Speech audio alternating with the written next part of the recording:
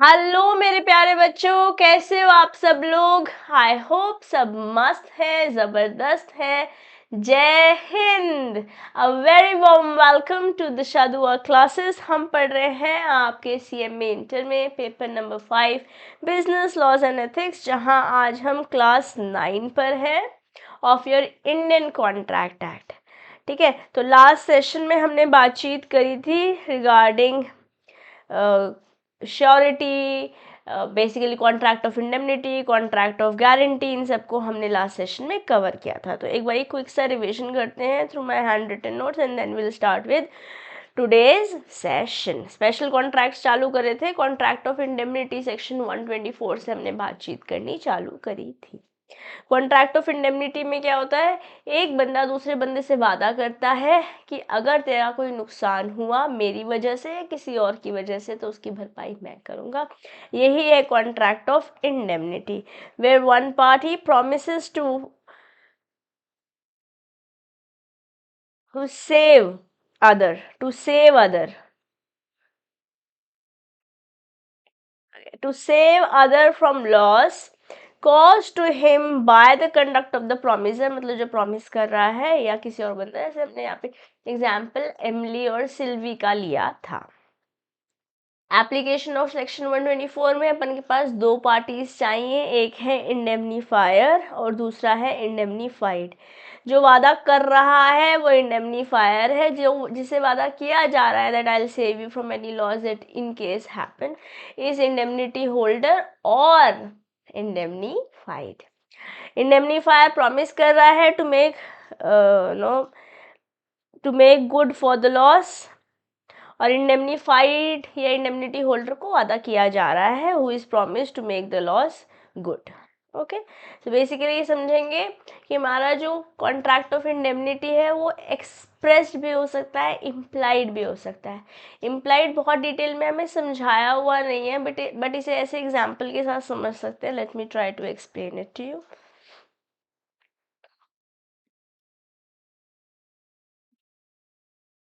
जैसे मान लेते हैं ये है मिस जी, एक केस लॉ है एक्चुअली।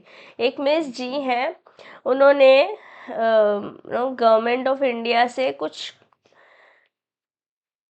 बॉन्ड लिया और उसके अगेंस्ट पैसे दिए, इन्वेस्टमेंट किया बेसिकली। ठीक है, गवर्नमेंट ऑफ इंडिया किसी डिपार्टमेंट ने ऐसे किया। अब क्या हुआ, इस मिस जी ने अपने ब्रोकर को, मिस्टर ए को, मिस्टर ए इनके ब्रोकर थे, उन्हें बोला अपना ये बॉन्ड दिया। अब ये बॉन्ड पे इन्होंने मिस जी के जाली दस्तखत कर लिए, ठीक है, फेक सिग्नेचर करे और इस बॉन्ड को अपने नाम पे एंडोर्स कर लिया। अपने नाम पे इन्होंने इसे एंडोर्स कर लिया। अब गया ये गवर्नमेंट ऑफ इंडिया के पास या बेसिकली एक बैंक के पास गया। एक बैंक के पास गया कि बैंक ये मेरे को पैसे दे दो। बैंक ने गवर्नमेंट ऑफ इंडिया के अकाउंट से पैसे लिए और दे दिए इस ब्रोकर को। अब जब मिस जी को पता चला कि भाई मेरा तो नुकसान हो गया है, तो उसने गवर्नमेंट ऑफ इंडिया को सू कर दिया कि भाई जब मेरे सिग्नेचर ही नहीं थे आपने कैसे पैसे दे दिए। तो गवर्नमेंट ऑफ इंडिया को अंडर द कोर्ट ऑर्डर पैसे देने पड़े। ठीक है, पैसे देने पड़े। अब मुझे एक बात बताइए, क्या बैंक ने कुछ वादा किया था कि कोई नुकसान होगा तो हम भरपाई करेंगे? नहीं किया था। But in turn government of India ने बैंक को टर्न सू कर दिया, इस बैंक को सू कर दिया। अब कोर्ट ऑफ लॉ ने ये डिसाइड किया, कोर्ट ऑफ लॉ ने डिसाइड किया कि yes, bank will have to make good for the loss.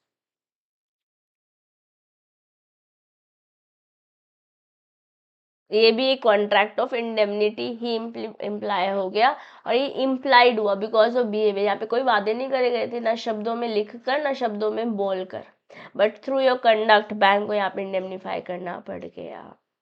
ठीक है, सिग्नेचर वेरीफाई एटसेट्रा। खैर वहाँ पे तो बहुत डिटेलिंग है, अगर हम बैंकिंग एंगल में चले जाएंगे इतनी डिटेल में हम नहीं जाएंगे हम, बट ये भी एक कॉन्ट्रैक्ट ऑफ इंडेमनिटी है, हमारे सिलेबस में भी नहीं है, ये फॉर योर नॉलेज है।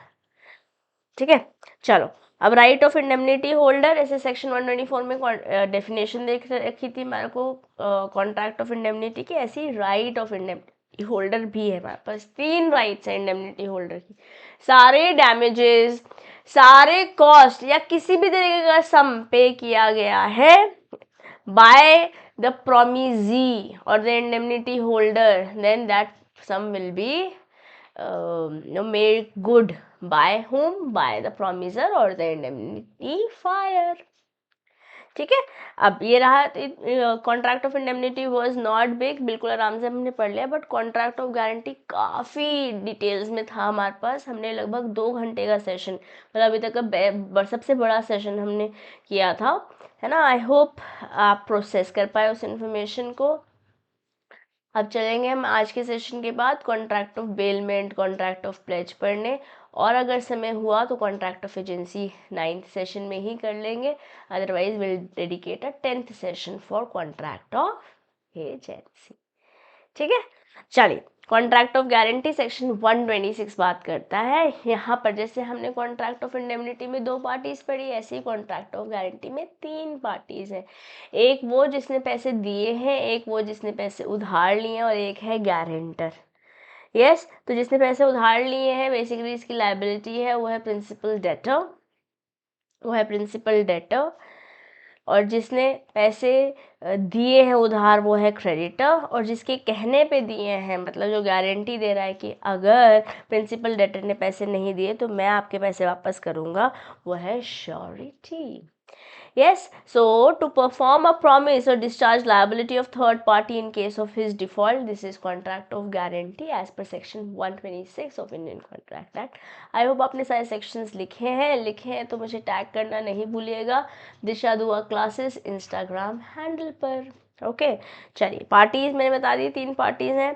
प्रिंसिपल डेटर और क्रेडिटर के बीच में एक प्राइमरी कॉन्ट्रैक्ट है, क्रेडिटर और श्योरिटी के बीच में सेकेंडरी कॉन्ट्रैक्ट है, सेकेंडरी लायबिलिटी रहेगी श्योरिटी की इन जनरल, बट दोनों की कोएग्जिस्ट भी करेगी साथ साथ। और अगर श्योरिटी को पैसे देने पड़ते हैं बिकॉज डिफॉल्ट कर रहा है प्रिंसिपल डेटर, तो श्योरिटी क्रेडिटर की पोजीशन में आ जाएगा और प्रिंसिपल डेटर से अपने पैसे ले पाएगा। This is implied contract. Okay, तो कॉन्ट्रैक्ट ऑफ गारंटी में consideration for guarantee regarding to surety. अब श्योरिटी को तो वैसे इन सच कुछ ऐसा तो कुछ मिल नहीं रहा, जो हो रहा है प्रिंसिपल डेटर और क्रेडिटर के बीच में हो रहा है, बट क्योंकि श्योरिटी के कहने पर क्रेडिटर ने पैसे दिए थे तो इनफ कंसिडरेशन है, ऐसा section 127 of Indian contract Act बोल रहा है। एनीथिंग डन और any promise made for the benefit of principal debtor is a sufficient consideration to the surety for giving the guarantee. Are we good?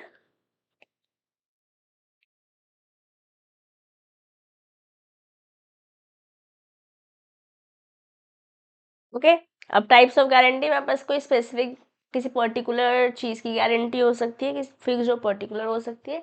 Continuing guarantee series of events के लिए होती है, which extends to a series of transaction. अभी कैसे discharge होती है, यहाँ पे सेक्शन 130, 131, 132, 133, 134, 135 एंड 139 है। ओके, तो 130 क्या बोलता है, आप नोटिस दे के डिस्चार्ज कर सकते हो, डेथ की श्योरिटी की डेथ से डिस्चार्ज हो जाते हैं, बट उससे पहले डेथ से पहले जो भी थी वो उसके एस्टेट से, श्योरिटी के एस्टेट से लीगल रिप्रेजेंटेटिव देगा। वेरिएंस कर लेते होगा टर्म्स ऑफ कॉन्ट्रैक्ट में बिना बताए। ठीक है, अगर डिस्चार्ज हो गया प्रिंसिपल डेटर हिमसेल्फ तो अगेन डिस्चार्ज श्योरिटी भी हो जाएगा। Creditor compounds with the principal debtor by giving time to and agrees to not to sue the principal debtor. But इस केस में forbear principal debtor तो हो गया है, बट ज़रूरी नहीं श्योरिटी भी हो जाए। For now yes this is what is mention, so we are studying, but हमने इसकी इफ्स एंड बट्स पढ़े थे। By creditors act or omission impairing surety's eventual remedy, जैसे मिसरिप्रेजेंटेशन हुआ था, है ना, वहाँ पर भी डिस्चार्ज हो रहा है, वह सेक्शन 139 है इसके बारे में। श्योरिटी की लायबिलिटी सेक्शन 128 में हमने पढ़ी, ये हमने बोला था को एक्सटेंसिव है with that of a debtor. अगर डिफ़ॉल्ट किया तो प्रिंसिपल डेटर को डिफ़ॉल्ट ही तो करना पड़ेगा ना, ऑफ कोर्स। जब तक ड्यू डेट ही नहीं आई, पैसे देने थे उसने नहीं दी, तब तक कैसे मांग लोगे आप गारंटर से। अब राइट ऑफ श्योरिटी पड़ी थी। अब राइट ऑफ श्योरिटी जो है वो अगेंस्ट प्रिंसिपल डेटर भी हो सकती है, अगेंस्ट क्रेडिटर भी हो सकती है, अगेंस्ट को श्योरिटीज भी हो सकती है। अगर मैं प्रिंसिपल डेटर के बारे में बात करती हूँ तो यहाँ पर है right to indemnify. Principal debtor को के लिए अगर पैसे हम श्योरिटी ने दिए हैं तो ऑफ कोर्स उससे पैसे वापस लेगा। और राइट टू सबरोगेशन मतलब क्रेडिटर के शूज़ में वो एंटर कर देगा against the creditor. Right to claim securities, अगर कोई सिक्योरिटी मतलब कोलैटरल दे रखा है कुछ प्रिंसिपल डेटर ने, तो उससे जितने पैसे आते हैं पहले आप उसे एडजस्ट करो, फिर मार से पैसे लेना। अगर आपसे सिक्योरिटी खो गई है तो अगेन वी आर डिस्चार्ज्ड। या राइट ऑफ सेट ऑफ, जो पैसे सिक्योरिटी से आ जाएंगे वो सेट ऑफ कर लीजिए। अगर 120 रुपये देने थे प्रिंसिपल डेटर ने और 100 रुपये की सिक्योरिटी है तो 100 रुपये वहाँ से ले लो, 20 रुपये मैं दे देता हूँ, और फिर अगेंस्ट प्रिंसिपल डेटर मेरी राइट स्टैंड हो जाएंगी। ठीक है। राइट अगेंस्ट को श्योरिटीज़, यहाँ पे राइट टू कंट्रीब्यूशन है, बाकी सब लोग भी कंट्रीब्यूट करेंगे equally but till a maximum extent जो उन्होंने जिसके लिए उन्होंने गारंटी दी है। यस। और right to share benefits of securities, ये भी सब करेंगे अगर सिक्योरिटी अवेलेबल है तो। ठीक है, यही बातें हमने पढ़ी थी। थोड़ी कॉन्ट्रैक्ट ऑफ गारंटी काफ़ी ज़्यादा डिटेल में था, हमने अभी क्रिस्प तरीके से रिवाइज करने की पूरी कोशिश करी है।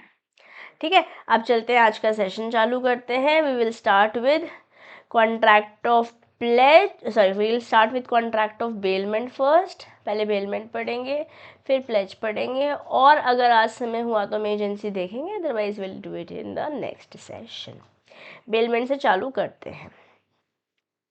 अब बेलमेंट में क्या होता है दोस्तों, बेलमेंट हमें दे रखा है सेक्शन 148 में। अगर मैं लास्ट सेक्शन आपको बताती हूँ जो हमने यहाँ पढ़ा था कॉन्ट्रैक्ट ऑफ गारंटी में, वो था सेक्शन 145। और ज़्यादा सेक्शंस हमें नहीं भी याद होंगे तो भी चल जाएंगे। जो सेक्शंस बस मैंने आपको लिखने को बोले, आई होप आप वो सब लोग लिख रहे हैं ना। अगर आप no if you are more comfortable with Excel sheet तो एक्सेल बना लो, तो फिर आपको अलग अलग चैप्टर्स के अलग अलग पेजेस नहीं बनाने पड़ेंगे, एक ही गूगल शीट में, गूगल एक्सेल शीट में लिखते चले जाइए, what ever is comfortable with you. Okay, चलिए शुरू कर रहे हैं सेक्शन 148 के साथ। 46 47 हमने नहीं पढ़ा है, 48 पढ़ रहे हैं, ये सेक्शन आप लर्न करेंगे। सेक्शन 148 बेलमेंट के बारे में बातचीत करता है। जैसे हमारे पास कौन है, बसकर बस्सी वाले बस्सी, ही इज़ अनुभव Singh Bassi. And who is this? This is Rahul Dua. Okay. अब क्या हुआ, what happens in contract of bailment? In contract of bailment, the delivery of goods by one person to another person for a specific purpose under a contract that the goods will be returned or disposed of as per the instruction of the person delivering them is known as contract of bailment। Ma'am कुछ समझ नहीं आया, बिल्कुल tension मत लो, आप समझाऊंगी। मेरे पास दो लोग हैं, एक है जो गुड्स दे रहे हैं, जो गुड्स दे रहे हैं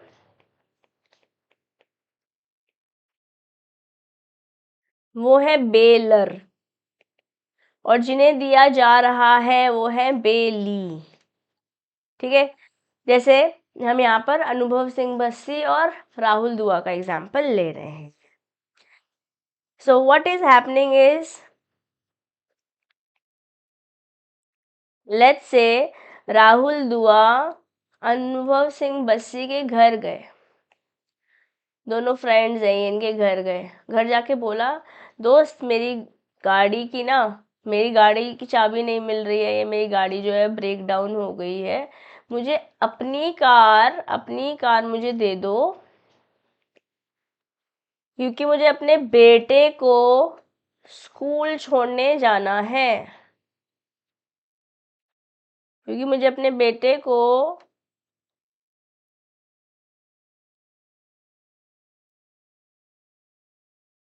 स्कूल छोड़ने जाना है। अब देखिए क्या क्या हो रहा है यहाँ पर, एक बंदे से, from one person to another person good transfer हो रहा है।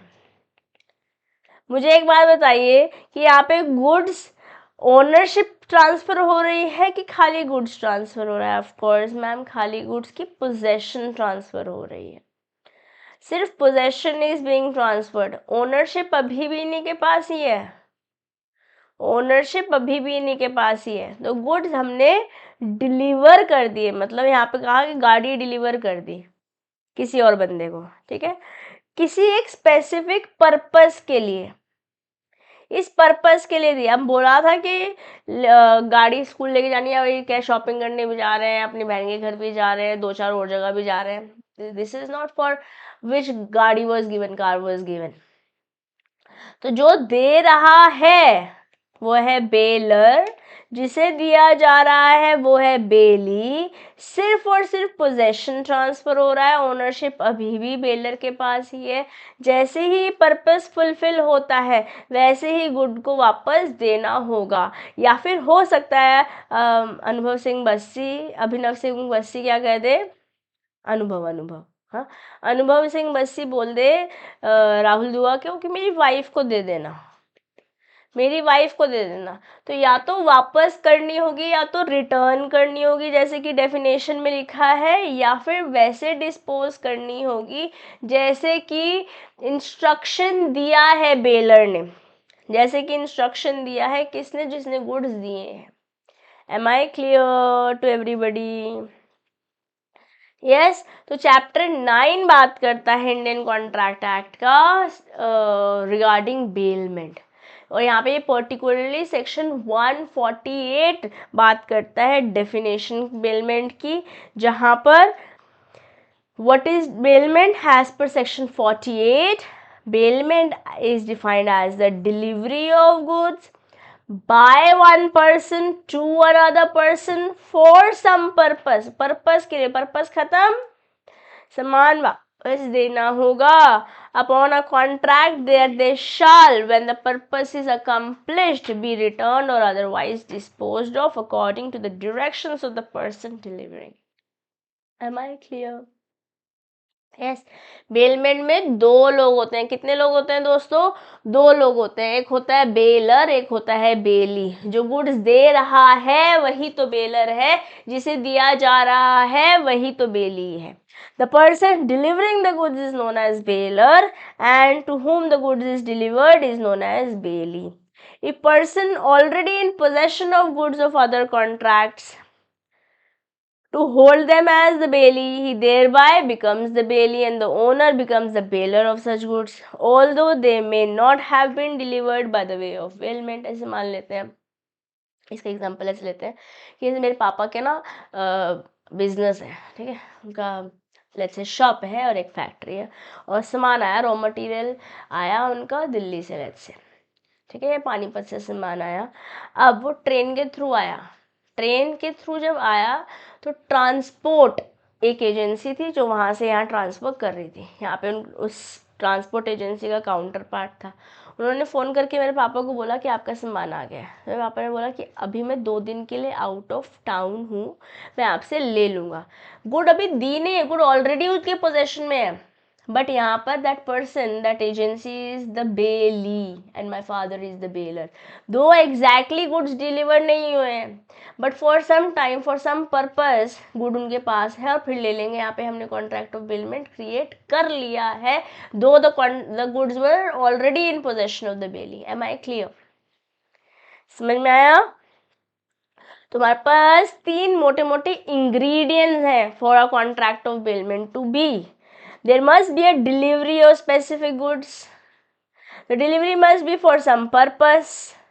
The delivery must be upon a contract that the goods shall, when the purpose is accomplished, be returned or otherwise disposed of according to the directions of the bailor. जैसे हमने यहाँ पर example लिया था, या तो अनुभव ने बोला था राहुल को कि अपने बच्चे को स्कूल के आगे छोड़ के आके आ जाना, पर्पस खत्म, पैसे हजम। या फिर मैं तो नहीं होऊंगा, मेरी वाइफ को दे देना। तो या तो रिटर्न करना होगा गुड्स जो डिलीवर हुए हैं, या फिर वैसे डिस्पोज करना होगा जैसे कि बेलर ने आपको इंस्ट्रक्ट किया है। आप कौन? बेली फॉर नाउ, ठीक है। अब बेलमेंट के तरीके कितने तरीके के हैं? Bailment is of two types, एक है वॉलेंट्री, एक है involuntary.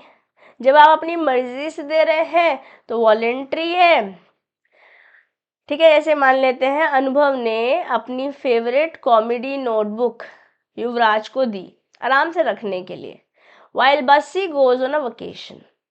Both agree the notebook will be returned when Bussy comes back. This is voluntary bailment. क्यों?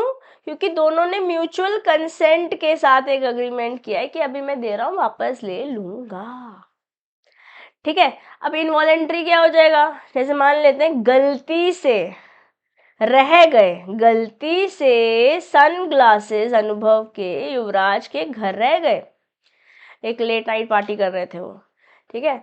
युवराज finding the sunglasses decides to keep them safe and returns them to Bassi later. क्या मर्जी से दिया था, म्यूचुअल कंसेंट हुआ था? नहीं, but रह गए थे, ना लिखा मैं दे दूंगा। दिस इज इनवॉलेंट्री बेलमेंट, इसी को ही हम इनवॉलेंट्री बेलमेंट कहते हैं, क्योंकि यहाँ पे कोई एक्सप्लिसिट अग्रीमेंट नहीं हुआ था। पीछे वाले एग्जाम्पल में बोला था कि हाँ तुम वापस आओगे मैं नोटबुक दे दूंगा, यहाँ पे कोई एक्सप्लिसिट अग्रीमेंट नहीं हुआ था। The possession of the goods that is sunglasses was transferred by circumstances and this is known as involuntary. This is known as involuntary bailment. Am I clear to everybody? भेजे में घुसा क्या? Yes तो कितने तरीके की बेलमेंट है दोस्तों हमारे पास? हमारे पास है दो तरीके की बेलमेंट, एक है वॉलेंट्री, एक है इनवॉलेंट्री। वॉलेंट्री में एक्सप्रेस कॉन्ट्रैक्ट है, यहाँ पे एक्सप्रेस कॉन्ट्रैक्ट तो नहीं है। टिपिकली एक ऐसी सिचुएशन है कि किसी सर्कमस्टांस के अंदर विदाउट म्यूचुअल कंसेंट सामान वहाँ रह गया है, ठीक है। जब म्यूचुअल कंसेंस है, एक्सप्रेस्ड कॉन्ट्रैक्ट है, तो वॉलेंटरी ही है। Between the bailor and the belly हमारे केस में अनुभव सिंह बस्सी एंड राहुल दुआ है। या एक और एग्जाम्पल दे रखा है हमारी किताब में, when goods are handed over to another party with mutual consent depend such a depositing valuables in bank locker, ये वॉलेंटरी बेलमेंट ही है। Very important, this example is very important. मैं यहाँ पर एक दिल लगा देती हूँ, ठीक है, इंपॉर्टेंट है। इनवॉलेंट्री बेलमेंट क्या है? This occurs without an express agreement, typically in situation where the possession of good is transferred by circumstance rather than mutual consent. Okay अब एग्जाम्पल लेते हैं, जैसे finder of goods. Finder of goods में express नहीं हुआ। Yes, when someone finds goods belonging to another and takes them into their possession is involuntary bailment. For now उसको लग रहा है कि मिलेगा तो दे दूंगा। Goods sent by mistake, goods sent to wrong address, excess quantity of goods delivered beyond what was ordered था 10, आप दे आए हो 15।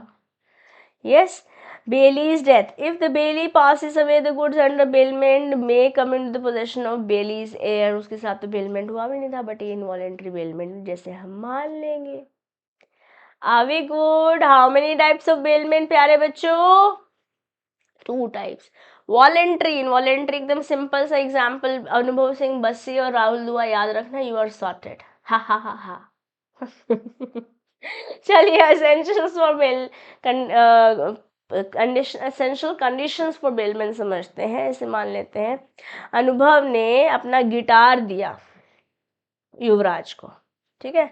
अनुभव ने अपना गिटार दिया युवराज को, युवराज ने अग्री किया कि वो वापस दे देगा, एक जो भी गड़बड़ हो रखी है उसे फिक्स करके। Anubhav Singh Bassi gives his guitar to Yuvraj for repairs. Yuvraj agrees to return the same guitar after fixing it, ठीक है। If Yuvraj fails to return the guitar it violates the essential elements of the bailment. एक जने दूसरे के पास गया, अनुभव से राहुल के पास गया तो बेलर से बेली के पास गया, किसी पर्पस के लिए गया, रिपेयर के लिए गया, वो ख़त्म हो जाएगा तो वापस देना है, बट ये वापस नहीं दे रहे हैं तो purpose, the entire purpose of bailment goes for a when. Yes, तो बेसिकली सेक्शन 149 ये बोल रहा है कि पहली बात तो डिलीवरी होनी पड़ेगी गुड्स की, अगर डिलीवरी ही नहीं है तो बेलमेंट ही नहीं है। जब जैसे एक और एग्जांपल ले लेते हैं, अनुभव ने युवराज को बोला कि उसका पार्सल ले ले, कुछ कॉमेडी का प्रॉप यूज़ करना होगा एक करियर सर्विस से ऑन हिज बिहाफ। युवराज ने पोजेशन ले लिया, यहाँ पर युवराज क्या बन गए, बेली, उनके बिहाफ पे लिया है ना, अनुभव के बिहाफ पे लिया है। डिलीवरी टू बेली, अब बेली के पास आ जाएगा। ये तो सेम ही बात है, section 149 it is same, scenario remains the same. I think दोबारा दोबारा आ गया बट इट इज सेम या यस। तो हमने फर्स्ट एसेंशियल देखा, for a contract to qualify as bailment एक ऑब्लिगेशन होगी कि सामान वापस करना है, या तो ओरिजिनल फॉर्म में या फिर ऑल्टर्ड फॉर्म में। इसे ऐसे ले सकते हैं जैसे आप अपना एक एक पीस ऑफ क्लॉथ लेके गए, एक क्लॉथ लेके गए एक टेलर के पास, this is you, this is your tailor. इस टेलर ने इस क्लॉथ से सूट बनाना है। अब आप लड़की हैं तो जो सा सूट बनवाना चाहती हैं वो बनवा लीजिए, अब लड़के हैं तो जो सा सूट बनाना चाहते हैं वो बनवा लीजिए। अब मैंने अपने आप को रिस्ट्रेन किया because let's respect what ever people wear, okay, कोई कुछ भी पहन सकता है, तो हम स्टीरियोटाइप नहीं करेंगे। खैर, सूट बनाने के दिया, तो क्या ये सेम सेंस में वापस आएगा प्रोडक्ट? नहीं, ये कैसे आएगा, ऑल्टर्ड फॉर्म में आएगा, ऑल्टर्ड फॉर्म में आएगा। यहाँ पर ये आप जो है वो बेलर है और ये जो है वो बेली है। ये ओरिजिनल फॉर्म में भी सामान आ सकता है, ऑल्टर्ड फॉर्म में भी आ सकता है। If there is no obligation it is not a contract of bailment, वापस तो देना ही पड़ेगा ना, टेलर सिल के अपने पास तो नहीं रख पाएगा of course. Yes, delivery to bailee how was made, delivery to Bailey how made. Section 149 provides that delivery to the Bailey may be made by doing anything which has effect of putting the goods in possession of intended Bailey or any person authorizes to hold them on his behalf। या तो मैं अपने आप दे के जा रही हूँ, ऐसे अनुभव दे के गए थे राहुल को कि कॉपी रख लो, वापस आके लेता हूँ, वेकेशन पे जा रहा हूँ, ठीक है। या फिर जब ये बोला कि उठा लो वहाँ से, दिया नहीं था, डिलीवर नहीं किया था, बट कहीं से कुरियर सर्विस से उठाना था, ठीक है, तो यहाँ पर क्या डिलीवरी ही हुई है, हाँ जी डिलीवरी ही मान लेंगे। ये हमारा सेक्शन 149 था, delivery to bailee, essentials of valid bailee bailment, contract of bailment. अब बात करते हैं सेक्शन 150 की, जहाँ पे ड्यूटीज क्या है, बेलर की क्या ड्यूटी है उसके बारे में बात करते हैं। सबसे पहले बताना होगा कि अगर किसी भी तरीके का फॉल्ट है हमारे गुड्स में तो बता दिया जाए। जैसे मान लेते हैं ए ने बी को एक घोड़ा दिया रेंट पर या चलाने को, ठीक है, बताया नहीं कि ये घोड़ा तो विशियस है, और रास्ते में बी की तबीयत कुछ हो गया, उसे गिरा दिया उस घोड़े ने, ऐसा एक्सीडेंट है, तो उसकी लायबिलिटी किसकी है, उसकी लायबिलिटी इस बेलर की ही है। तो disclosure of fault is first, या एक one of the important duties of a bailor here. Yes, जैसे एक एग्जाम्पल लेते हैं, अनुभव ने एक बाइक दी अपनी युवराज को, बट ये नहीं बताया कि इसके ब्रेक जो है ना कभी कभी काम नहीं करते, डिफेक्टिव है। Yuvraj get into accident due to faulty brakes, now who is liable, Bassi is liable for not disclosing the known fault. आपको तो पता था भाई, आपने नहीं बताया। अब मान लेते हैं आपको नहीं भी पता था और आपने रेंट पे दिया था जिसके लिए आप पैसे ले रहे हो, तभी भी आप लायबल होते हो, ठीक है। तो रेंटल भी एक तरीके से बेलमेंट ही है, और जब मैं प्लेज पढ़ाऊंगी वो भी एक तरीके से बेलमेंट ही होगा, आज ही पढ़ाऊंगी pledge. Anubhav Singh Bassi rents out a car to Yuvraj, unknown to Bassi the car's steering is faulty. Yuvraj, यहाँ पर एक्सीडेंट हो गया। अब मुझे बताइए, जब आप रेंट कर रहे हो, when you are renting you are getting money, right, आपको पैसे मिल रहे हैं, आपको पैसे मिल रहे हैं, चाहे ये अननोन भी हो तभी भी लायबिलिटी होगी, still liable, Bassi still liable for the injury caused because the car was unsafe, even if Bassi was unaware of the defect, because he is getting money, default चाहे पता हो या ना पता हो लायबल हो जाओगे आप, ओके। तो सेक्शन 150 बोलता है डिस्क्लोजर ऑफ फॉल्ट्स के बारे में। The bailor must disclose to the bailee about any known faults in the goods bailed to that materially interfere with the use of goods or expose the bailee to the extraordinary risk. Liability for non-disclosure, this is section 150 that we are currently doing. If bailer fails to disclose and the bailee suffers loss or damage, the bailer is responsible for the extent of damage arising directly from the default. Okay, or fault, sorry. Bailment for hire, अगर hire हो रखा है तो चाहे आपको नहीं भी पता है तभी भी आप liable होंगे as a bailer to the bailee. If the goods are hired, the bailer is liable for any damage caused by the falls in the goods, regardless of whether the bailer was aware of it or was not aware of it. Am I clear to everybody? प्यारे बच्चों, चमका क्या? Yes? चलो example देते हैं. जैसे ए ने एक हॉर्स लैंड किया, उसे पता था कि वो विशियस है, but does not disclose the fact to B. The horse ran away, causing B to fall and suffers injuries. Now A is responsible. A is who? A is the bailer. Okay, and B is the bailee. A is responsible to B for damages sustained. एक और example लेते हैं. A hires a carriage from B. The carriage is unsafe. Although B is unaware of this fact, A is injured while using the carriage. Now B is responsible to A for the injury, irrespective that he is not aware.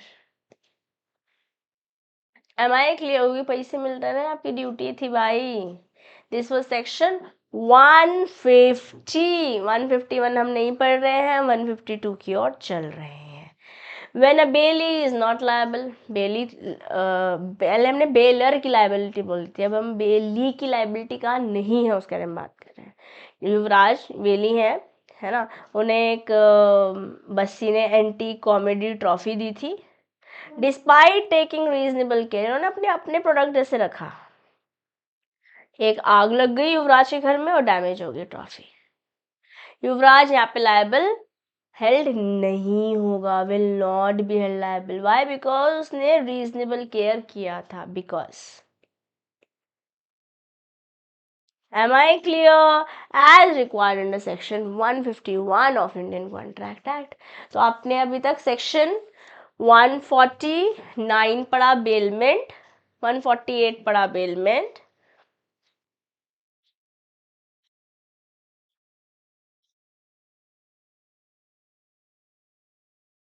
Yes आपने bailment पढ़ा section 148, लिख लीजिए अपने section वाले page में. फिर section 149 पढ़ा आपने, delivery of from bailee to the delivery to the bailee from the bailor. Yes. फिर आपने सेक्शन 150 पढ़ा जहाँ हमने बोला ड्यूटी क्या है बेलर की. सेक्शन 151 हम नहीं पढ़ रहे हैं. सेक्शन 152 में बेलर कब लायबल, बेली कब लायबल नहीं होता. ये लिखते जाइए, एंड में मैं आपको मार्क करवा दूंगी कौन से सेक्शंस इंपॉर्टेंट है. ठीक है, बट अभी आप लिखते जाइए इन सेक्शंस को. Standard of care. A bailee is not liable for any loss or destruction or deterioration of the goods if the bailee has taken a reasonable care as described in section 151 in absence of any special contract. अब बात करते हैं section 153 में termination of bailment की. अब मान लेते हैं अनुभव ने अपना डॉग युवराज को दिया for pet sitting. However, Yuvraj uses the dog for commercial photoshoot. दिया था किसी और पर्पस के लिए, आप कर कुछ हो रहे हो, बस्सी की परमिशन भी नहीं ली. यहाँ पे बस्सी टर्मिनेट कर सकते हैं bailment because Yuvraj has acted inconsistently with the terms of bailment. है ना, ये voidable है. It is voidable at the option of the bailer. If the bailee acts in a manner inconsistent with the conditions of bailment. दिया था पेट sitting के लिए, आप commercial photography करा रहे हो, उससे पैसे ले रहे हो जो आपने मुझे बताया भी नहीं. जैसे मान लेते हैं A lets a horse to be for hire specifically for riding. However B drives the horse in a carriage. Riding के लिए दिया था, अब उस पर आप घोड़ा गाड़ी बनवा के उससे काम करवा रहे हो, तो ये कॉन्ट्रैक्ट को टर्मिनेट कर सकते हैं क्योंकि इन्होंने इनकंसिस्टेंटली काम किया है जो टर्म्स अग्री हुई थी उससे. यहाँ पर एक केस लॉ है हमारे पास, केस लॉ का नाम है Nikram versus bank of Bengal. Okay, तो यहाँ सेक्शन 152 बोल रही हूँ मैं, 153 आई थिंक, या सेक्शन 153 टर्मिनेशन। ये सेक्शन प्रोटेक्ट करता है बेलर को when the goods are used by the bailee in unauthorised manner. The bailer can terminate the bailment even if it was created for a specific purpose or fixed period, which is not yet fulfilled or expired। मतलब ऐसे 6 महीने की ली थी, but 2 महीने बाद ही आपको पता चलेगा कि गड़बड़ चल रही है आपके डॉग के साथ या आपके घोड़े के साथ या जो भी है, तो टर्म फुलफिल नहीं भी हुआ है, बट उसके बावजूद you can make this contract wide because this contract is voidable under circumstances, section 153। Exception है इसका, क्या एक्सेप्शन है? Irregular act such as subpledge or premature sale by a pledgee do not automatically attract this section unless they are clearly inconsistent with the terms of bailment।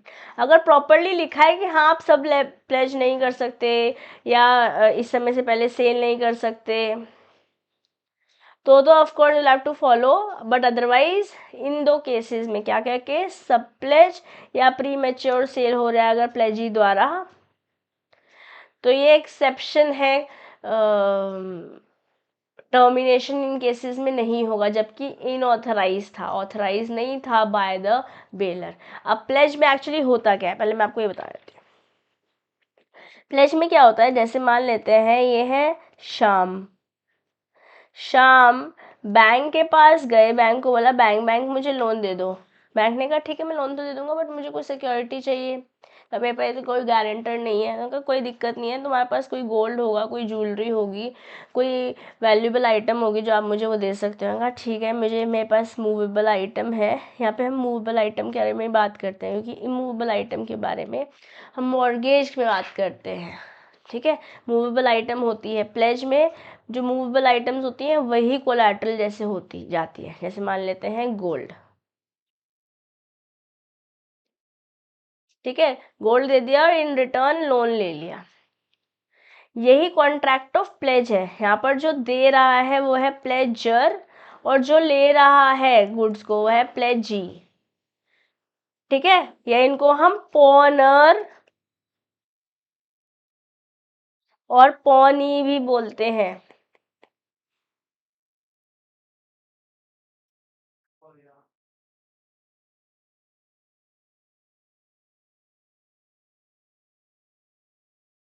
ठीक है, अब वैसे तो ये कॉन्ट्रैक्ट ऑफ प्लेज है as a special contract, वैसे तो ये कॉन्ट्रैक्ट ऑफ प्लेज है as a special contract, but इसे हम एक तरीके से बेलमेंट भी मान लेंगे, considered as bailment also. Why? एक बंदा दूसरे बंदे को कोई गुड्स डिलीवर कर रहा है, एक स्पेसिफिक पर्पस की, लोन जब तक मैंने ले रखा है तब तक है, मैं पैसे वापस कर दूंगा, सामान वापस ले लूंगा, किसी स्पेसिफिक पर्पस के लिए दे रहा है। जो पर्पस फुलफिल हो जाएगा तो या तो रिटर्न करना होगा या डिस्पोज करना होगा, जैसे कि बेलर ने कहा है। तो वैसे तो प्लेज एक कॉन्ट्रैक्ट सेपरेट ही है, बट इसे भी हम बेलमेंट जैसे ही मान लेते हैं। अब मान लेते हैं शाम ने बैंक को प्लेज किया, बैंक ने इसे सब प्लेज कर दिया, तो ये ऑथराइज नहीं था वैसे तो, बट ये कर सकता है अगर टर्म्स एंड कंडीशन अदरवाइज नहीं लिखा हुआ है। इस केस में आप अंडर सेक्शन 153 शाम जो है कॉन्ट्रैक्ट को टर्मिनेट नहीं कर पाएंगे। This is what is written in here. ऐसी प्रीमेच्योर सेल बाय प्लेजी अगर हो रही है, आप डिफॉल्ट कर रहे हो, नोटिस नहीं दिया प्लेजी ने और सेल कर दिया, तो this also is an exception for the termination. आप टर्मिनेट नहीं कर पाओगे इस कंटेक्स्ट में अपने टर्मिनेट नहीं कर पाओगे कॉन्ट्रैक्ट ऑफ बेलमेंट। ठीक, चलो ना, अगर बेलमेंट बहुत ज़्यादा प्रोसेस करने के लिए हमारा कुछ टू मच हो रहा होगा, मुझे ऐसा लगेगा by the end of bailment हमें लग रहा होगा बहुत ज़्यादा हो गया है और आपको प्लेज जो है टू मच हो जाएगा, ओवर द हेड चल जाएगा, तो कोई दिक्कत नहीं है, हम एक और सेशन कर लेंगे।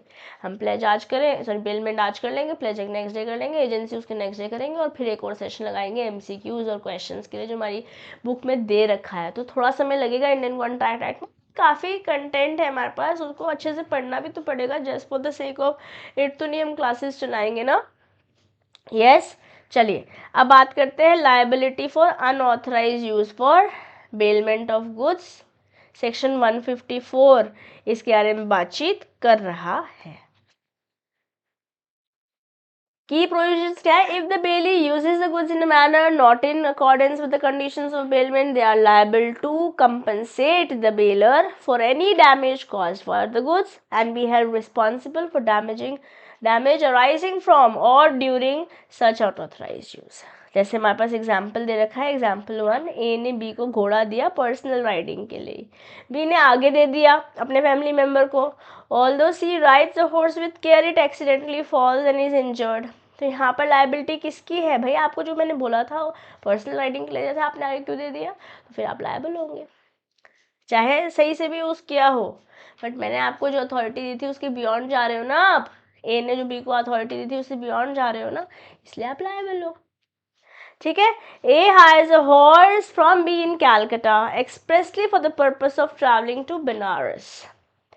ए takes due care but travels to Cuttack. बोला था यहाँ जाने के लिए, चल दिए यहाँ है, अनऑथराइज है ना। The horse accidentally falls and is injured during this journey. तो ए को कंपनसेशन देनी पड़ेगी बी को। ओके। एक केस हुआ था हफ्जुल्ला वर्सेस मोंटैग।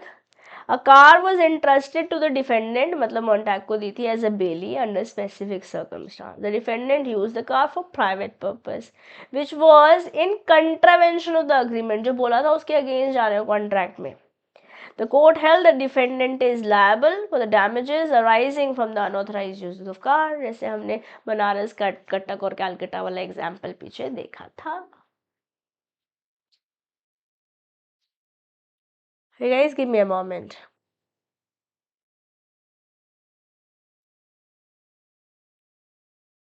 चलिए फिर दोस्तों आगे बढ़ते हैं। Let's talk about section 155 to section 157।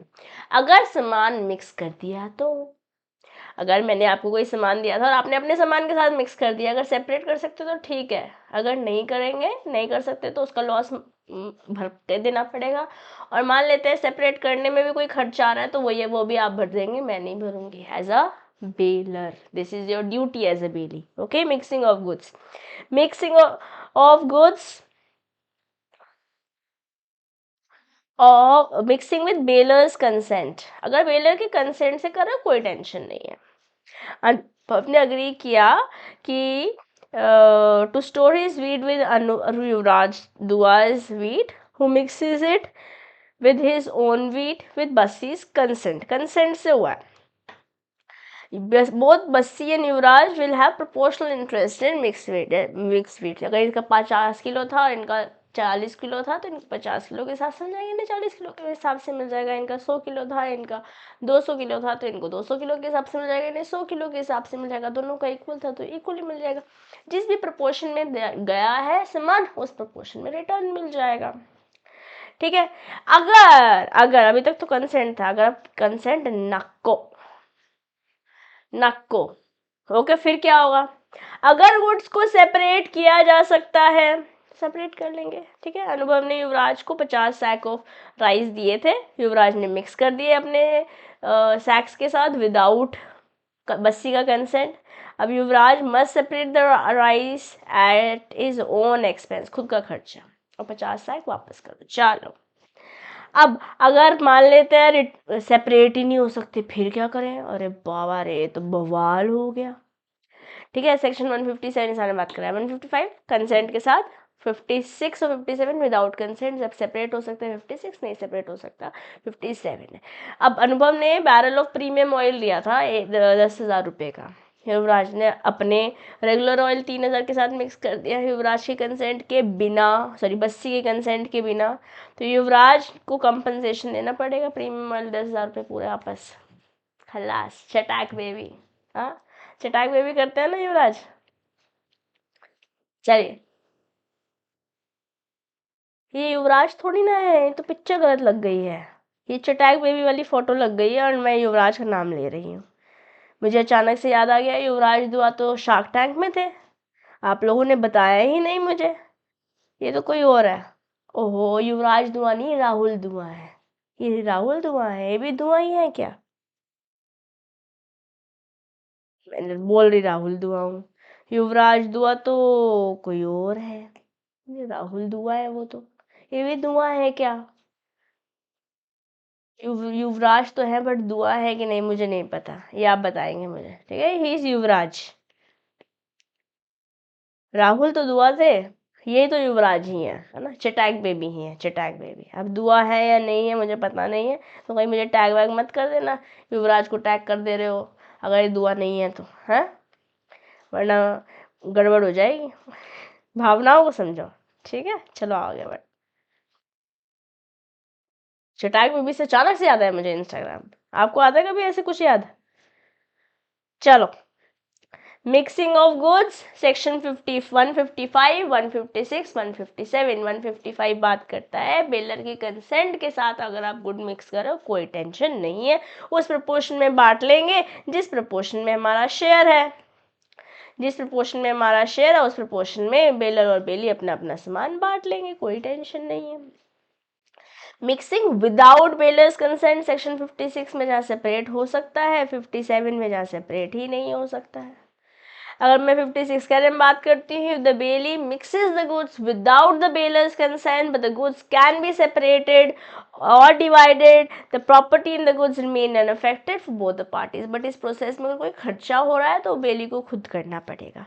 The bailee must bear the expenses of separation or division and any damage arising from the mixture.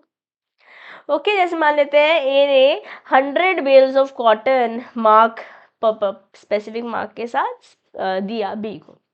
B ने मिक्स कर दिए सारे bale of cotton without A's consent. A is entitled to have his 100 bales returned and B must bear all expenses for separation and any incidental damage. Incidental is जो changes करने की वजह से हो गए उस सिचुएशन में, ठीक है। अब अगर गुड्स को सेपरेट ही नहीं किया जा सकता, फिर if the bailee mixes the goods without the bailor's consent and the goods cannot be separated, तब the bailor is entitled to compensation for the loss of the goods caused by the mixture. जैसे A bails a barrel of cap flour worth ₹55 to B, ठीक है। B mixes it with his own country flour worth ₹25 without his consent, तो एक को compensation देना पड़ेगा जो भी कैप फ्लावर का प्राइस था, ठीक है। ओके, सॉर्टेड है सेक्शन 155 156 157 सॉर्टेड। ओके, 55 कंसेंट के साथ, 56 कंसेंट के बिना और सेपरेट किया जा सकता है, 57 कंसेंट के बिना और सेपरेट नहीं किया जा सकता है। I hope you are writing the sections. Section 158 से 164 बात करता है बेलर की ऑब्लिगेशन। ओके, आई थिंक आज हम बेलमेंट ही खत्म कर पाएंगे क्योंकि बेली का लियन एटसेट्रा एटसेट्रा और बहुत सारे टॉपिक्स हैं। चलते हैं आगे बढ़ते हैं। Reimbursement of expenses section 158। अगर बेली सामान को रख रहा है, कैरी कर रहा है, वर्क कर रहा है गुड्स पे, for bailor without remuneration the bailor must pay repay all necessary expenses incurred by the bailee for the bailment. तो हमने एक्सपेंस पूरा कुछ पैसे बात कर रखी है इतना आपको, no this is the contract, तो फिर तो आपको रखना ही पड़ेगा। बट अगर कोई पर्टिकुलर अमाउंट फिक्स नहीं हुआ और उस प्रोसेस में कुछ एक्सपेंसेस हो रहे हैं, जैसे चाहे प्लेज ही कराओ हमने सामान, अब उस ज्वेलरी को संभालने में कुछ एक्सपेंसेस हो रहे हैं तो वो प्लेजी को बेयर करने पड़ेंगे। ऐसे यहाँ पे बेली को भी बेलर को भी बेयर करना पड़ेगा। अगर बेली को आप स्पेसिफिक रेमेंडरेशन नहीं दे रहे हो, अगर रेमेंडरेशन दे रहे हो ऑफ कोर्स वो उसके लिए no this is what is the return. जैसे कपड़ा दिया तो रखा हुआ है ना, अब एक्सपेंस उसके लिए नहीं देंगे, बनाने के लिए एक्सपेंस रेमेंडरेशन देना होगा।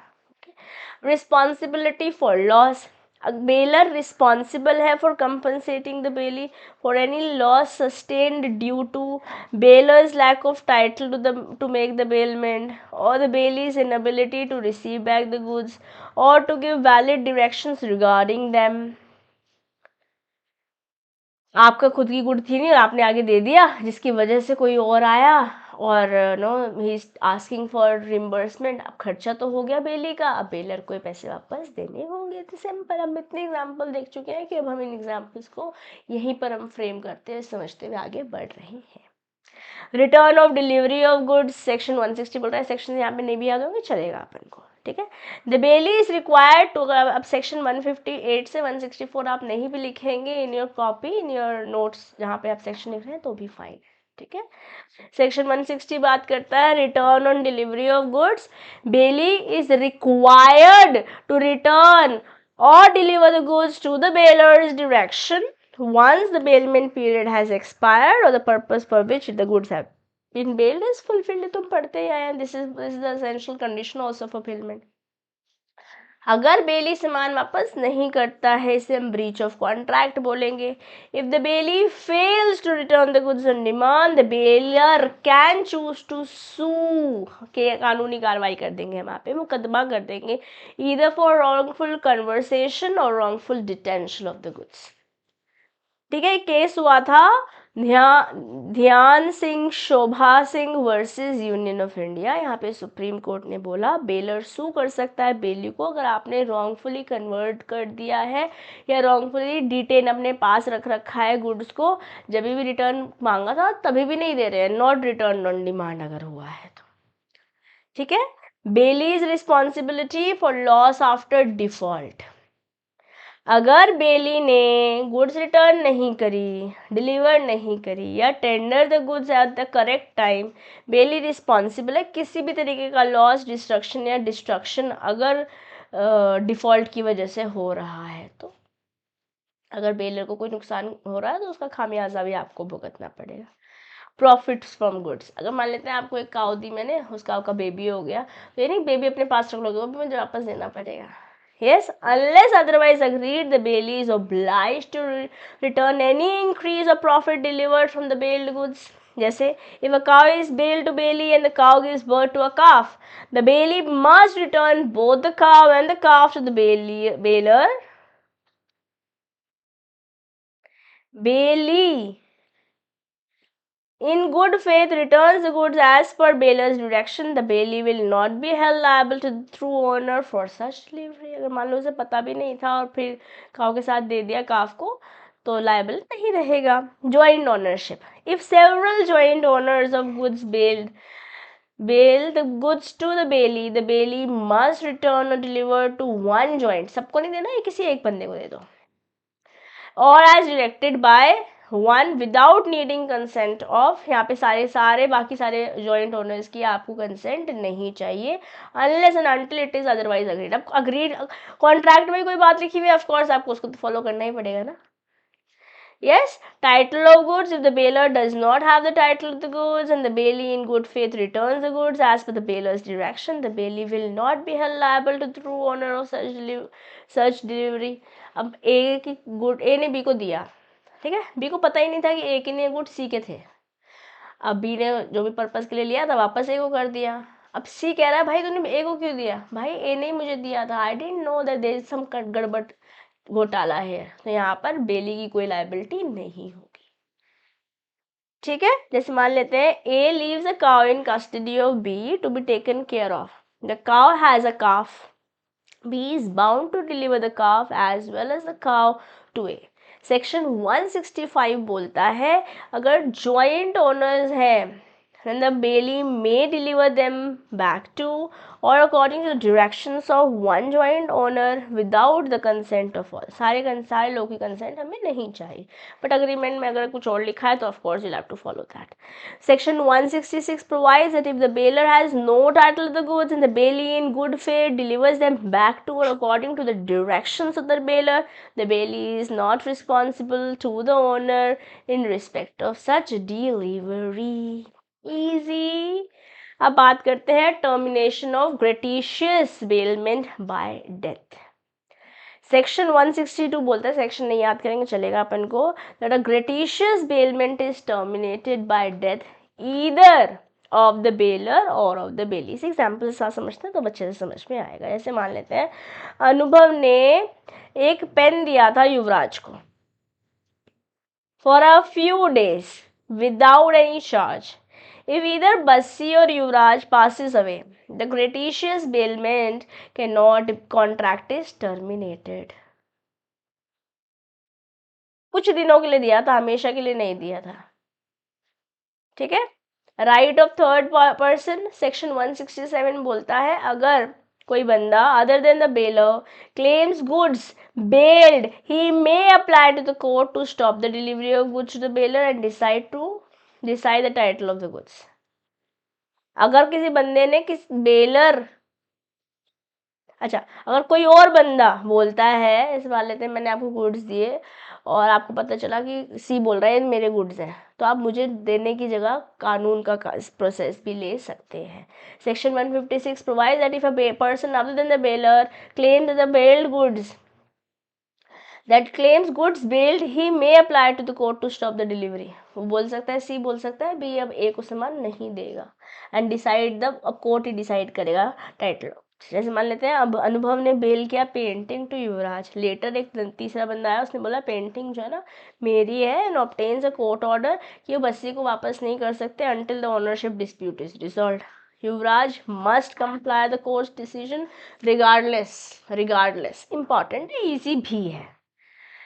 Okay, now let's talk about right of finder of goods. यहाँ तक कोई शक, कोई सवाल, anything anybody wants to ask? यहाँ के नोट्स मैं बहुत अच्छे से डिटेल में आपको दूंगी ताकि जब आप रिवाइज कर रहे हो आप कंफ्यूज नहीं हो। ओके, सेक्शन 168 बोलता है finder of good has no right to sue the owner for compensation for trouble and expense voluntarily incurred by him to preserve the goods and to find the owner, but he may retain the goods against the owner until he receives such compensation, and where the owner has offered a specific reward for the return of goods lost, the finder may sue for such reward and may retain goods until he receives it. इसे ऐसे बोल सकते हैं हम, जैसे मान लेते हैं ए का कुछ पार्सल था, वो खो गया, एक पार्सल था वो खो गया, ठीक है। अब बी को वो पार्सल मिल गया, बी को मिल गया, अब क्या ए बी को सू कर देगा? नहीं भैया, has no right to sue the owner. B भी ए को सू नहीं कर सकते, ठीक है। For the compensation for trouble and expenses voluntarily incurred, अब बी को मिला पर उसको संभालने अब पार्सल वाले को पैसे भी दे दिए लेट्स से फॉर एग्जांपल, ठीक है, गुड्स को प्रिजर्व भी कर रहा है, बट जब तक के लिए compensation, but he may retain the goods against the owner until he receive such compensation. Sue तो नहीं कर सकता, कानून के पास तो नहीं ले जा सकता, बट अपने पास रखेगा जब तक आप पैसे नहीं दोगे। जब तक ए पैसे नहीं देगा तब तक भी अपने पास रहेगा, भाई मैंने दिए पैसे, I want that money back, ठीक है। जैसे मेरे बिहाफ मेरे टावर के गार्ड भैया ने रख लिया था, उसी तरीके से मान लेते हैं बी ने रख लिया, उस वजह से उस प्रोसेस में उसका कोई खर्चा हो तो वो ए से पैसे ले सकता है, बट कानून के पास नहीं लेके जाएगा, सू नहीं करेगा, सू नहीं कर सकता है, ठीक है, छोटी सी बात है। हाँ, and where the owner has suffered a specific reward for return of goods lost, the finder may sue for such rewards and may retain goods until he receives it. Okay, section 169 बोलता है that when a thing which is commonly the subject of sale is lost, if the owner cannot with reasonable diligence be found, or if he refuses upon demand to pay lawful charges to the finder may sell it. खर्चा मैंने किया है, अगर आप मेरे को पैसे नहीं दे रहे हो तो मैं इसको किसी और को बेच के खर्चा वापस ले लेता हूँ। This is what is the right of the bailee here. Basically bailee is acting as a this person जिसको सामान मिल गया है, फाइंडर ऑफ द गुड है, he is acting as a bailee. दो वैसे बेलमेंट हो ही नहीं थी, बट ऐसा बेली ही की तरह काम कर रहा है यहाँ पर वो finder of the goods. Am I clear? Are we good? Yes, चलिए, कब कब कर सकता है? Select when the thing is in danger or perishing by or losing the greater part of the value. से मान लेते हैं पेरिशेबल गुड्स है, मैंगोज है या कोई सामान है जो खराब हो रहा है, अगर नहीं बेचेंगे तो कुछ भी नहीं आएगा हमारे पास वापस। और when the lawful charges the finder in respect of the thing amounts to 2/3 of its value, जितना का खर्चा हुआ है उसका 2/3 वैल्यू लॉफुल चार्जेस है तो ही बेच देगा, ठीक है। जैसे मान लेते हैं 100 रुपये का है, 100 का 2/3 इज व्हाट?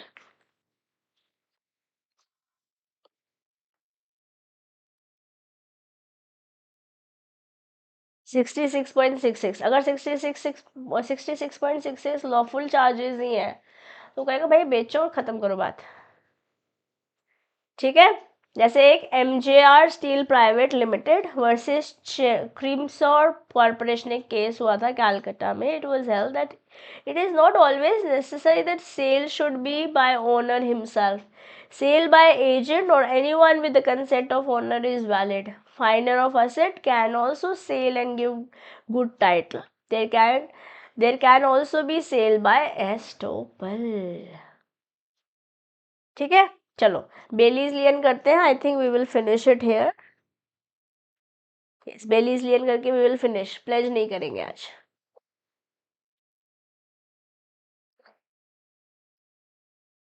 क्योंकि प्लेज काफ़ी बड़ा देखिए है ना. इसको पढ़ते पढ़ते अपन को टाइम लगेगा. और कौन सा गाना आने वाला है यहाँ पे. मेरे को नाम म्यूजिक आ रहा है बट गाने का नाम नहीं आ रहा है. कौन है यहाँ हमारे मनी हाइस्ट वाले. ना ना ना, बेला चाओ बेला चाओ बेला चाओ चाओ चाओ. नेक्स्ट क्लास में करेंगे बेला चाओ. ठीक है, चलिए. बेली का लियन क्या होता है. जैसे मैंने आपको एग्जाम्पल दिया था, याद है कि आपने अपना एक सूट का कपड़ा लेकर सूट सिलवाने गए. एक क्लॉथ लेके टेलर के पास गए. अब टेलर ने इस पे काम किया. some work is done on this cloth and then this cloth is turned, let's say, into a suit or a t-shirt or whatsoever. अब इस पे एफर्ट्स लगाए ना. तो जब तक आप पैसे नहीं दोगे, ये गुड्स अपने पास रखेगा. इसी को हम बेली का लियन कहते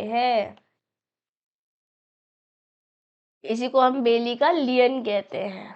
ठीक है. Section 170 provides that when the bailee has, in accordance with the purpose of the bailment, rendered any services involving exercise of labor or skill in respect of the goods bailed, he has, in absence of a contract to the contrary, a right to retain such goods until he receives due remuneration for the services he has rendered. मतलब अगर मान लेते हैं आपने Taylor को बोला था कि मैं गुड्स तो दे रहा हूँ, कपड़ा दे रहा हूँ, बट पेमेंट में 3 महीने बाद दूंगा, और इस बात पे अग्रीमेंट हुआ तो सामान रख नहीं सकता फिर. इसलिए लिखा है यहाँ पे in absence of the contrary. अगर एब्सेंस ऑफ द कॉन्ट्ररी नहीं है कॉन्ट्रैक्ट में, तभी आप बेली अपने पास रख लेगा, वरना नहीं रख पाएगा. ठीक है, जैसे मान लेते हैं A delivers a rough diamond to B a jeweller to be cut and polish. Efforts लगा रहा है ना, स्किल लगा रहा है, लेबर लगा रहा है, which is accordingly done. B is entitled to retain the stone till he is paid for the services he has rendered. This is bailee's lien. ठीक है. ए gives cloth to be a tailor to make into a coat. B promises A to deliver the coat as soon as it is finished and gives a 3 months credit for the price. Now B is not entitled to retain the coat क्योंकि भैया पहले से बोला था 3 महीने का उधार. हमने पहले से बोला था 3 महीने का उधार. ठीक है. This is known as bailee's lien. Are we sorted. तो एक बार क्या करते हैं, सिंस वी हैव टाइम, फटाफट से रिवाइज कर लेते हैं. आज हमने कॉन्ट्रैक्ट ऑफ बेलमेंट में सेक्शन 148 से क्या पढ़ना चालू किया था. ठीक है. तो हमने सबसे पहले बोला कॉन्ट्रैक्ट ऑफ बेलमेंट होता ही क्या है. जहाँ पे एक बंदा दूसरे बंदे को सामान देता है, फॉर सम पर्पस देता है, सिर्फ पोजेशन दे रहा है, ओनरशिप नहीं दे रहा है. पर जब पर्पस खत्म हो जाएगा तो सामान या तो वापस करना होगा या वैसे डिस्पोज करना होगा. जैसे कि बेलर ने बोला, जिस बंदे ने सामान दिया था उसने बोला, इसे हम कॉन्ट्रैक्ट ऑफ बेलमेंट कहते हैं. वहाँ पास 2 पार्टीज हैं, एक है बेलर, एक है बेली. जो सामान दे रहा है वो बेलर है, जो ले रहा है वो बेली है. जैसे हमने एग्जाम्पल अनुभव और युवराज का देखा था. युवराज का सरनेम दुआ है, ऐसा मैं I am not sure. Okay. Classification bailment 2 है, वॉलेंट्री इनवॉलेंट्री. जब दोनों का कंसेंट है वॉलेंट्री. गलती से चश्मा रह गया था, वापस दे देंगे जब मिलेंगे युवराज, तो ये इनवॉलेंट्री है. ठीक है. असेंशियल्स क्या है कॉन्ट्रैक्ट ऑफ बेलमेंट का, ये सेक्शन अपन को याद करना था. 149 इसके सॉरी 148, इसके अलावा 149 और 150 भी मैं आपको सजेस्ट करूंगी टू लर्न. इसके आगे के सेक्शंस हम 155, 156, 157 तक भी पढ़ लेंगे. उसके बाद के सेक्शंस हम नहीं याद करेंगे. ठीक है. 159 में डिलीवरी टू बेली है. अगर डिलीवरी ही हो गई है डायरेक्टली तो उसे भी बेलमेंट जैसे ही मान लेंगे। सेक्शन 149 बोल रहा है इसके बारे में। ड्यूटीज ऑफ बेलर सेक्शन 150 में है कि अगर कोई फॉल्ट है तो बताना पड़ेगा, और अगर ये हायर पे है तो अगर आपको नहीं भी पता है तो भी बताना, तभी भी लाइबिलिटी आपकी हो जाएगी। ठीक है। फिर 151 हमने नहीं पढ़ा पर्टिकुलरली, थोड़ा सा कंटेक्स्ट हमने ज़रूर देखा है, बट 151 पर्टिकुलरली नहीं पढ़ा। 152 में बोल देता है लायबल तभी भी है जब भी आपको नहीं भी पता है, अगर हायर हुआ है तो। 151 में तो 150 में तो लायबल तभी है अगर आपको पता है और आपने नहीं बताया था तो। ठीक है। टर्मिनेशन ऑफ बेलमेंट सेक्शन 153 में बेलमेंट टर्मिनेट हो जाती है कब कब? वॉइडेबल है जब at the option of the baler void किया जा सकता है। अगर इनकन्सिस्टेंटली आपको बोला था कुछ करने को और आप कुछ और कर रहे हो, आपको बोला था डॉगी को पेट सिटिंग करनी है, उसकी आप फोटो शूट करा रहे हो, उससे पैसे कमा रहे हो, it is inconsistent, I can terminate the contract here. एक केस लॉ हुआ था अभी निखरम वर्सेस बैंक ऑफ बंगाल, याद होता है? ठीक है, नहीं तो कोई टेंशन नहीं है। फिर बात करते हैं liability of unauthorised use of bail. Actually यही था कहानी बसी के डॉग की। 154 हमने बोला इसके बारे में। फिर 155 से 157 गुड्स मिक्स हो गए हैं विद कंसेंट, कोई टेंशन नहीं है। विदाउट कंसेंट सेपरेट हो सकते हैं, 156 है, नहीं सेपरेट हो सकते हैं, 157 है। इसके आगे के सेक्शंस नहीं हम याद करेंगे, बट कंसेप्ट हमें पता होने चाहिए। सेक्शन 158 से 164 बेलर की ऑब्लिगेशन है। बेलर की ऑब्लिगेशन कहाँ कहाँ है, बस ये कंसेप्ट हमें पता होने चाहिए। बेलमेंट एक इंपॉर्टेंट टॉपिक है, रिसेंट अटेम्प्ट्स में यहाँ से क्वेश्चंस बने हुए हैं। जब आप क्वेश्चन बैंक देखेंगे और क्वेश्चंस में आपको दिखाऊंगी भी, जब मैं आपके साथ पर्टिकुलरली सेशन करूँगी क्वेश्चंस का, है ना, जो हमारी किताब के पीछे देख रखे हैं वो तो हम करेंगे। बाकी मैं I will show you what kind of questions have come in previous years and you will have to spend some time taking a proper read of it, और आंसर अपने आप से लिख कर भी देखने हैं हमें। ठीक है। एक्सपेंसेस कोई अगर हुए हैं तो रिम्बर्स करेगा बेलर, रिम्बर्स करना पड़ेगा। अगर कोई लॉस है तो again return of delivery of goods is also what is suppose to be done. Bailor की रिस्पॉन्सिबिलिटी अगर कोई डिफ़ॉल्ट होता है तो फॉर लॉस आफ्टर डिफ़ॉल्ट, उसके बारे में हमने बात करी। प्रॉफिट फ्रॉम गुड वापस देने होंगे। जॉइंट ओनरशिप है या तो किसी एक को, या फिर जैसे कि बता रखा है जिस बंदे को उसको देना है सबका कंसेंट हमें नहीं चाहिए, unless and until it is otherwise so agreed. Title of goods जो है वो no it can not be held with bailee, it will have to be return to the bailor.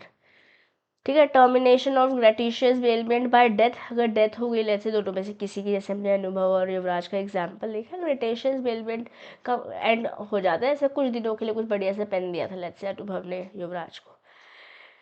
ठीक है। राइट ऑफ थर्ड पर्सन, अगर third person आके बोल रहा है कि भाई उसका सम्मान नहीं है जिसने आपको सम्मान दिया था, तो अगर कोर्ट ऑफ लॉ से कोई ऑर्डर आया तो हैव टू फॉलो इट, नहीं दोगे जब तक कि स्टे ऑर्डर लगा हुआ है।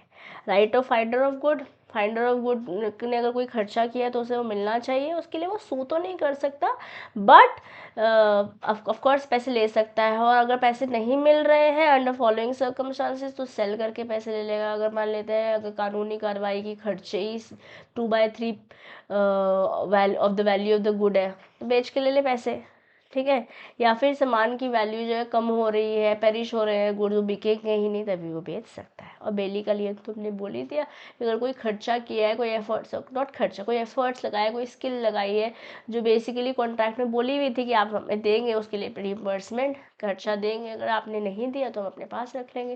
और लेट्स से कॉन्ट्रैक्ट में यही बोला हुआ था कि बाद में देंगे पेमेंट, तो of course you can not retain the goods. Example दोनों बहुत अच्छे दिए हुए हैं, हमारी बुक के एग्जाम्पल हैं ये दोनों। Both of these are examples coming from our study material, वो अच्छे हैं और इम्पॉर्टेंट भी है। Okay, that's pretty much it for today. आज हम यहीं पे ख़त्म करेंगे, बेला चाव नेक्स्ट सेशन में करेंगे। ठीक है। प्लेज के बारे में बातचीत करेंगे नेक्स्ट सेशन में। 1 घंटा 10 मिनट की लगभग आज क्लास हुई है। मिलते हैं आपसे नेक्स्ट सेशन में। कॉन्ट्रैक्ट ऑफ प्लेज करेंगे, और कॉन्ट्रैक्ट ऑफ एजेंसी अपने आप में बहुत बड़ा टॉपिक है, तो एक और सेशन लगाएंगे। तो हमारे पास 2 सेशन और कॉन्ट्रैक्ट खत्म, इंडियन कॉन्ट्रैक्ट एक्ट वहाँ खत्म हो जाएगा। फिर एक सेशन डेडिकेटेडली क्वेश्चन करेंगे, तो हमारे पास टोटल 12 सेशंस लगेंगे to complete your Indian contract act. 10 में हम करेंगे प्लेज, 11 में करेंगे हम एजेंसी और 12 में हम करेंगे question. And I will also show you कैसा क्वेश्चन बैंक आपका मैंने बनाया है, आपको कैसे पढ़ाई करनी है। ठीक, ले रही हूँ मैं भी आपसे अलविदा। थैंक यू मेरे प्यारे बच्चों। ये दिशा दुआ क्लासेस इंस्टा हैंडल फॉलो कर लो, लो बाय से में दिशा दुआ टेलीग्राम ग्रुप ज्वाइन कर लो। बाकी आपके पास अगर आप एनरोल्ड स्टूडेंट है तो मेरा व्हाट्सएप नंबर है ही, बातचीत करिए, कोई क्वेश्चन कोई डाउट होता है, I will be more than happy to help you. Okay, for now I will take your leave and all those who are seeing me on YouTube, like subscribe share करना नहीं भूलिएगा। Bye bye, take care, stay blessed. This is your friend and your teacher CMA Disha Dua signing off for today. Bye bye.